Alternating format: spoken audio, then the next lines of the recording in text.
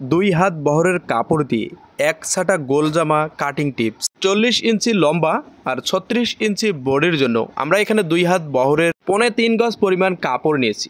প্রথমে কাপড়টা আমাদেরকে বহরের দিকে একটা ভাঁজ দিয়ে নিতে হবে, বা কাপড়ের থান যে ভাঁজটা থাকবে এই ভাঁজেই প্রথমে লম্বার দিকে খোলা সাইডে আঁকাবাঁকা সমান করে একটা মার্জিন দিয়ে আধা ইঞ্চি পরিমাণ সেলাইয়ের কাপড় রেখে আরেকটা মার্জিন দিয়ে নিতে হবে। এরপর লম্বা যত ইঞ্চি দেবেন তত ইঞ্চিতে একটি দাগ দিয়ে আধা ইঞ্চি পরিমাণ সেলাইয়ের কাপড়ের আরেকটা দাগ দিয়ে নিতে হবে। এবার এই দাগ অনুযায়ী কাপড়টা আমাদের এইভাবে ভাঁজ দিয়ে নিতে হবে। তো এই নিয়মে আমাদের 2 ভাঁজ 4 পার্ট করে নেওয়ার পর অবশিষ্ট টুকরা কাপড়টা আমাদের কাটিং করে আলাদা করে রাখতে হবে। কাঁধের সেলাই মার্জিনে ইঞ্চিরেপটা বসিয়ে আর্মহোলের মাপ বের করে নিতে হবে। আর্মহোলের মাপ বের করতে হবে বডির 6 ভাগের 1 ভাগ। আজকে আমাদের বডির মাপ 36 ইঞ্চি, 36কে 6টা ভাগে ভাগ করলে 6 ইঞ্চি। 6 ইঞ্চিতে আর্মহোলের মার্জিনটা দিয়ে নেওয়ার পর কোমরের মার্জিন দিয়ে নিতে হবে। 36 ইঞ্চি বডির জন্য কোমরের মার্জিন দেবো 13.5 ইঞ্চি। 13.5 ইঞ্চিতে একটা মার্জিন দিয়ে নেব। এরপর কাঁধের মার্জিন দিতে হবে 36 ইঞ্চি বডির জন্য 5 ইঞ্চি।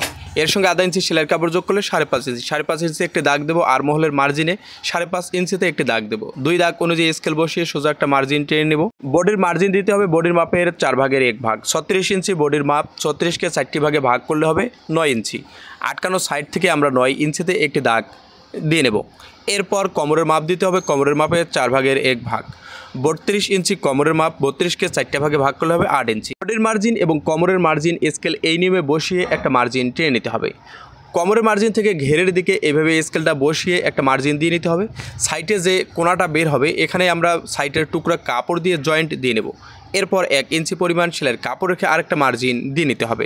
এরপর আর্মহোলের শেপ দিয়ে নিতে হবে। কোনাকুনিতে একটা মার্জিন দিয়ে 1 ইঞ্চি 2 সুতোতে একটি দাগ দিয়ে নেব।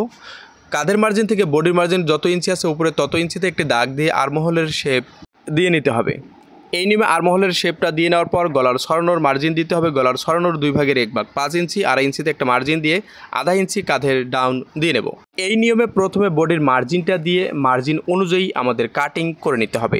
আপনি যদি আমার এই পেজে নতুন হয়ে থাকেন তো পরবর্তী ভিডিওগুলো দেখার জন্য অবশ্যই পেজটা ফলো করে সাথে থাকুন। এই নিয়মে সেলাই মার্জিন অনুযায়ী কাটিং করে নেওয়ার পর সাইডের যে টুকরা কাপড়টা আছে এই কাপড়টা 1 ইঞ্চি উপরে এভাবে বসিয়ে নিতে হবে এবং কোনার জয়েন্টটা দিয়ে নিতে হবে। এই নিয়মে সুন্দর করে মার্জিন অনুযায়ী সোজা করে একটা মার্জিন টেনে নেব। 1 ইঞ্চি পরিমাণ সেলাইয়ের কাপড় রেখে আরেকটা মার্জিন টেনে নেব। এরপর এখানে কোনার রাউন্ড শেপটা যেন কোনা ঝুলে না যায় এই অনুযায়ী একটি শেপ দিয়ে নিতে হবে। এরপর এই শেপ অনুযায়ী আমাদের কাটিং করে নিতে হবে। তো 2 হাত বহরের কাপড় দিয়ে সাইডে জয়েন্ট দিয়ে কিভাবে সহজেই এই গোল জামা কাটিং করবেন যদি বুঝতে পারেন অবশ্যই কমেন্ট করে জানিয়ে দেবেন।